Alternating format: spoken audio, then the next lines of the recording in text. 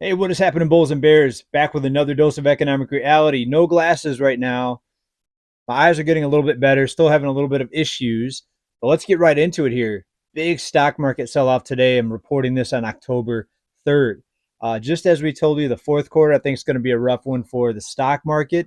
There's still stocks out there that I'm bullish on, and actually, there's one I'm going to talk about here in a little bit. But big stock market sell off today. We're going to talk about that in more depth. We're also going to talk about some big news with gold, with the dollar, our system of currency, and just some other general economic news I want to get into today. Right. So let's go ahead and start right here. Dow Jones big drop today. The concerns are the rising bond yields. And we said this was going to happen, right? When the Fed steps back their purchases and when they try to unwind their balance sheet, look out below because you're going to have yields rise because the buyer and lender of last resort is the central bank. And who else is going to want this debt right now with the way things are going, right? So yields need to rise to attract buyers, to attract investors. The biggest buyer of all, the central bank, is backing away and actually unwinding their balance sheet from about 9 trillion down to about $8 trillion now. Could they reverse it, flip a switch, and start increasing the balance sheet and start buying up everything again? Absolutely. That's why I say never put all your eggs in one basket. But here's the direction we're going. But by the way, they're going to have a very difficult time doing that now because if they reverse course here, if they cut rates or if they start buying everything or increasing their balance sheet once again, they're going to be facing a lot of scrutiny because the cost of living and this inflation crisis for so many people, and it's causing a lot of problems with banks too, right? So the banking system, just the average consumer buried in debt, um, doesn't need higher prices. So therefore, again, they're between a rock and a hard place, right? So it's going to get very interesting.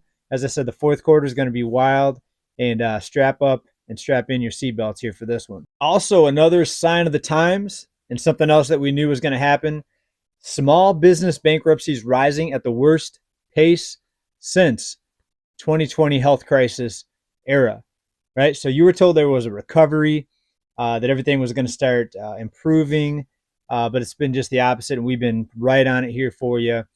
We knew that this whole, what they called recovery, was based on basically helicopter money, flooding the economy, flooding the system with money.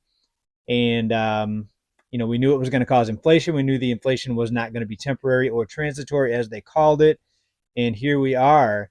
And things are just going to continue to get worse from here. You may see bits and pieces of good news here, but from all my research here, I say it's about 20 to 1 bad news versus any sort of good news or positivity. And even the positivity sometimes is not really good news. For example, a recent news article item that I mentioned here was the $20 minimum wage for fast food workers here in California. Well, first of all, why do we have to give such big pay raises to people? Because the cost of living is already out of control. People can't make it. Homelessness skyrocketing.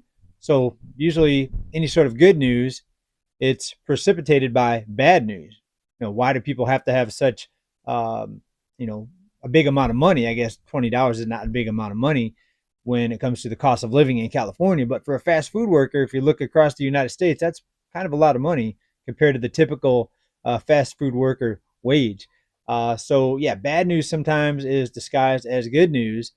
And what's going to happen now with the higher wages? Well, the food costs are going to go up. These fast food places are going to have to charge more for their meals. And all the customers that buy this food are going to have a harder time getting by with more expensive food, higher cost of living. So they're going to be demanding higher wages from their job.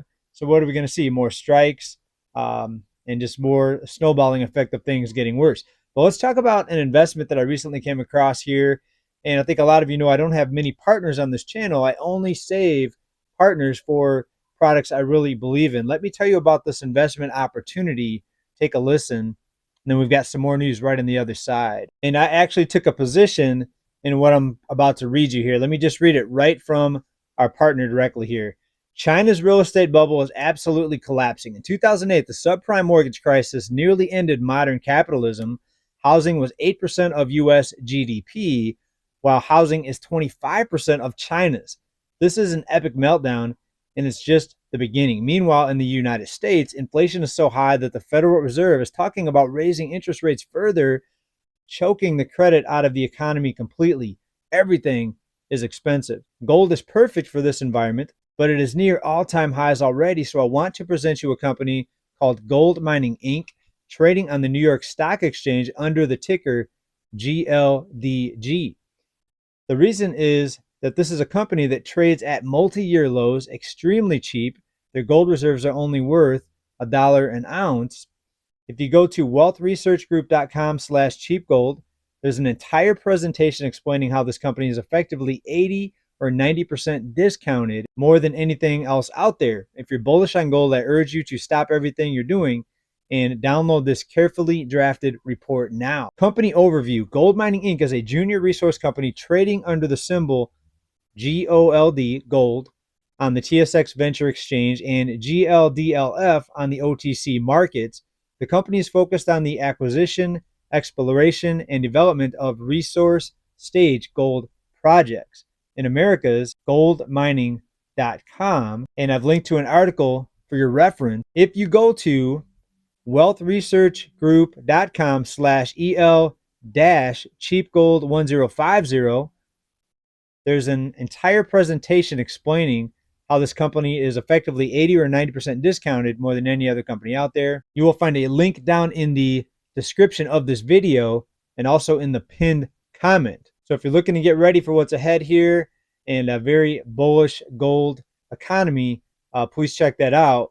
And remember, there's always a risk of loss, and past performance is not indicative of future results. Now, speaking of gold, let's talk about this. To me, this is some pretty big news. This has to do with our system of money, the dollar, and gold. If you go over to the U.S. debt clock, you're going to see a section now listed as U.S. Treasury dollars. Those dollars are increasing. And let me read you what it says here about these Treasury dollars.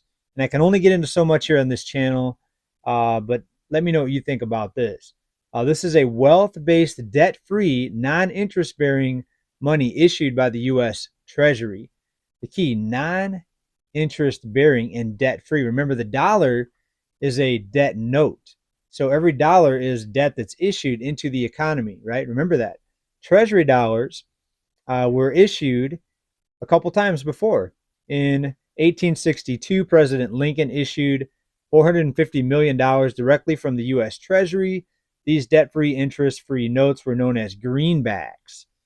In 1963, President Kennedy signed an executive order issuing $4.3 billion directly from the U.S. Treasury, bypassing the central bank.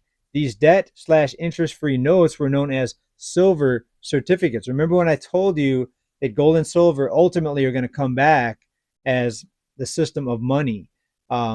Maybe not soon, maybe not this year, maybe not next year, but that's my long-term prediction.